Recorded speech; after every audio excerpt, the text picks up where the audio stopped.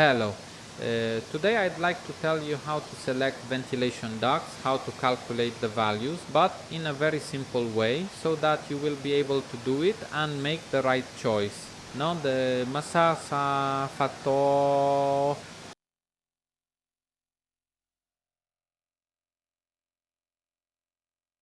I'll also tell you what we need to do for all of this to work.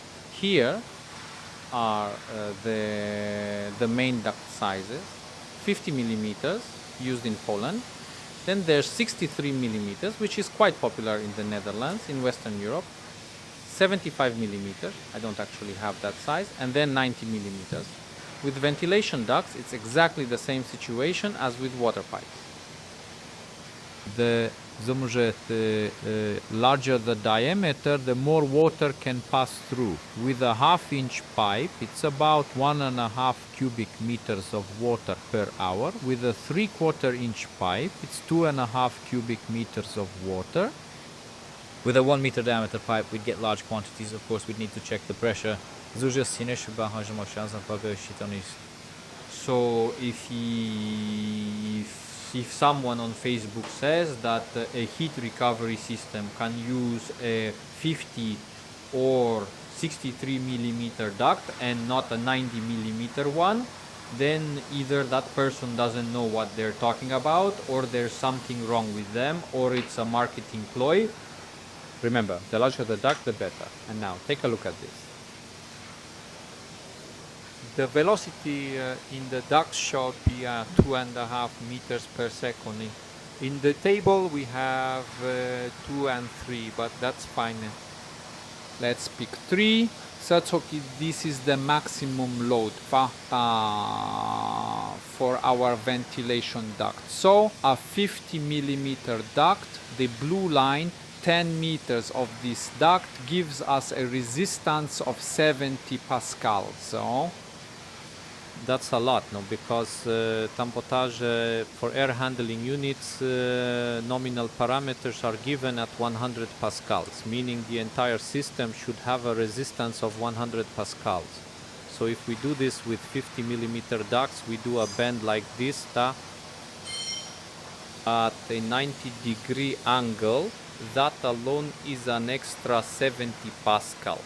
So let's say we install 15 meters of this 50 millimeter duct. That's 105 pascals plus the two bends, 140. That's 250 pascals. With a system like this, 50 millimeter ducts, a distance of say 15 meters, as you sometimes see in those videos, we won't be able to push air through.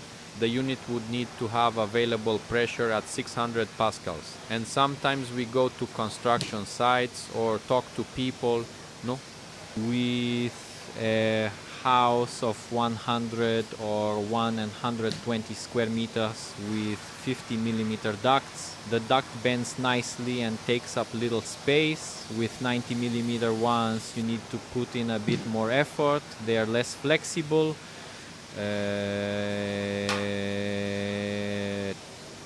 So we see a system like this. There's a 400 air handling unit. Static pressure is 350 pascals. The air doesn't reach the diffuser if there are 15 meters and 4 bands like this, like you sometimes see in photos. At 15 meters, the duct creates so much resistance it's impossible. So what do we need? A unit that is not a 400 but a 600, a 650 version. Okay, the air gets there now. But we always check our ventilation units, what their efficiency is and how much energy they consume. If we use very thin ducts, then that unit has to be larger and it will draw much more power. Now you cannot cheat people. Cheat the laws of physics. So when working with ducts, remember, the larger the duct, the better. Take a look. 10 meters with an airflow of 3 meters per second. For a 50 millimeter duct, it's 70 pascals. For 63 it's 50. For 63 it's 40 pascals, and for 90 it's 30 pascals. You're getting 2.5 times less resistance. So with 15 meters and 2 bends, you've got 45 la satonesci, tatum pasiata, cine plus 60, that gives us 105 pascals. So this 90 millimeter duct creates more than 50% less resistance. This means that we can push much more air through this system. And the 400 unit I mentioned earlier would have managed. It could even be smaller because we have large diameters, so the system has less resistance. It's like let's say pushing water up to the 10th floor of an apartment building. We need the right pump to provide that necessary pressure. We cannot use just any ordinary one. And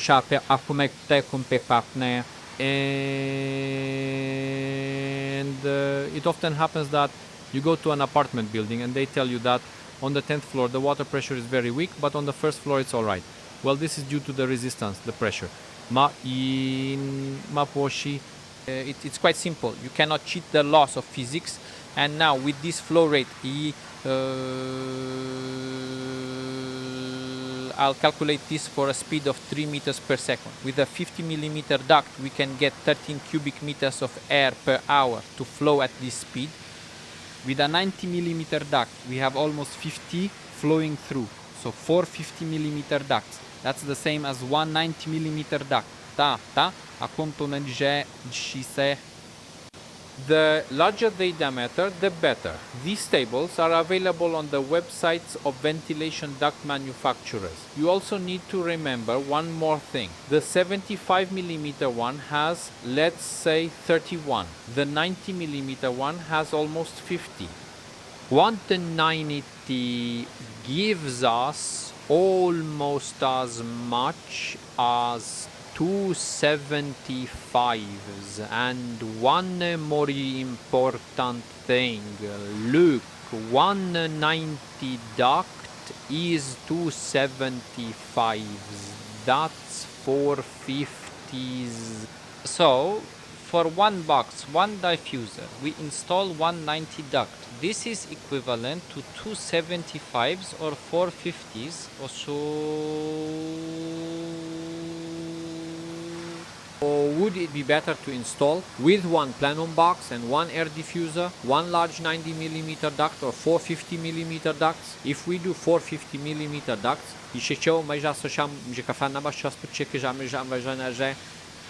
It's easier for this installer to set up since they're light and small. There's more material, so it looks like a more labor-intensive installation. And all of this, of course, involves costs. You need to take this into consideration. We always recommend the 63 75 tampo on 90 ducts. But there's one more important point. This is what a duct looks like after a year of operation. I'm grateful to the guys on Facebook who shared this photo.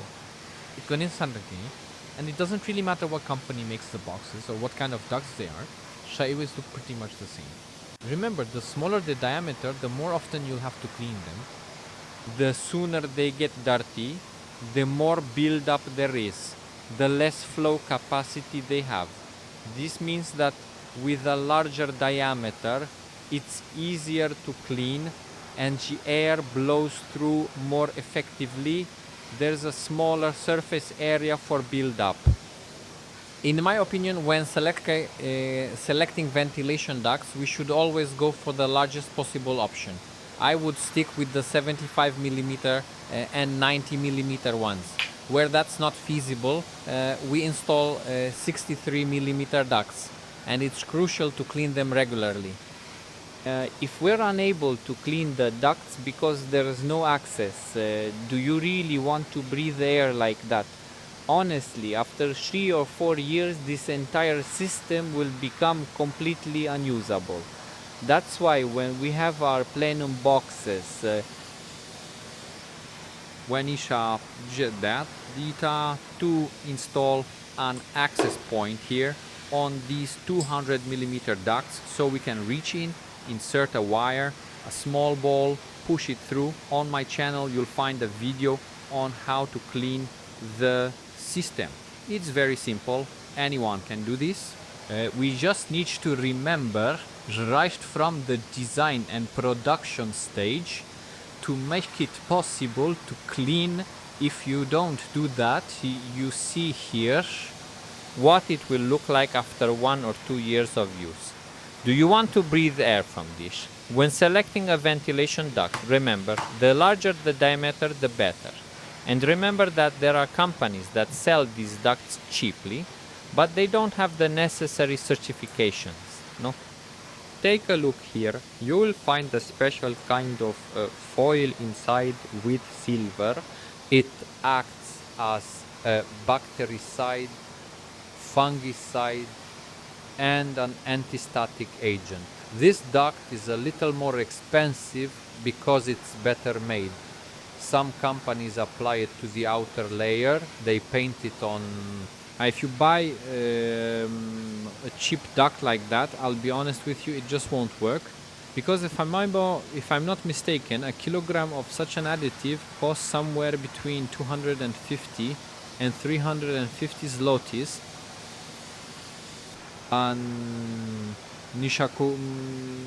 And we have a high content of this additive applied here, if I'm not mistaken 3 or 4% in this layer. Other just paint it on. You need to know this, because if you buy a cheap duct, you'll likely destroy that painted layer while cleaning, and this one will remain. What does ducts? There is a 30-year warranty. This layer remains because it is now shop-protected internally, and it keeps its antifungal, antibacterial properties. We cannot economize here. We can save, so there's namazı means can save on the ventilation unit, because we can easily replace it in 5 years. We can do anything we want with it because it is accessible. But if we cover these ducts with concrete, what can we do with them? Are we going to break up the entire floor? So remember, the larger the diameter, the better. I'm suggesting a 75 and a 90 millimeter duct. The way it works is, for one 90 millimeter duct, you use 2 75s, 3 63s, or 450s calculated at a flow rate of 3.5. If we were to calculate this at 2.5, it would be a bit different. So the larger the diameter, the better. These are fundamental principles, always aiming to use the largest possible diameter. We don't economize on these ducts, there is simply no point. The amount we could save on such a system is 100 to 300 zlotys. In my opinion, that completely defeats the purpose, and we always have to install something like this to ensure there is proper access so we can easily disassemble and clean it. There must be access panels near these ducts. They will have to be cleaned in 2, 3, 4 years. If not, you'll end up with these kinds of results. That's all I wanted to share with you concerning the choice of these ducts. Please keep this in mind. The greater the diameter, the better. I prioritize the 90-75 sizes, 63 when absolutely necessary. If it's impossible to install the 75 or the 63 duct, then please install oval ducts. They have a height of 5 or 4.8 centimeters. They are 10 centimeters wide. The system is then more expensive, but it works. If we were to install a 50 millimeter diameter duct and we have 4 sharp bends, with two, it's 4 times 70. That gives you 280 plus 105, which makes it 380. Even a 600 unit won't push that through. And then we come in, take measurements, what do we see? The distance is 15 meters because the unit's in the garage, a slightly longer house with some bends because it was easier for the plumber or the installer. The system looks amazing. But what happens? We installed the 600 unit and nothing flows. Remember, keep the bends as small as possible and the diameters as large as possible. And it's very important to have access to the distribution boxes. If you don't have access, or if you install the system in a way that prevents access, you won't be able to use that system in a few years. It will look like this. You'll suddenly fall ill. Your children will be going to doctors with asthma or dust allergy and so on. But this will be simply due to the technology and the fact that you cannot clean the system properly. We've seen such systems. You need to keep this in mind. These are the fundamentals I wanted to tell you about when it comes to the selection of ducts. There's one more crucial point. For the entire system to operate correctly and efficiently, we need to ensure that no single segment exceeds 12 meters in length. for the 75 and 90 ducts. If we use, say, 12-15 meter ducts with gentle bends, it will work. The 90 millimeter duct is forgiving. With Jameki's the 75 diameter, we must be careful with the bends and distances up to 12 meters.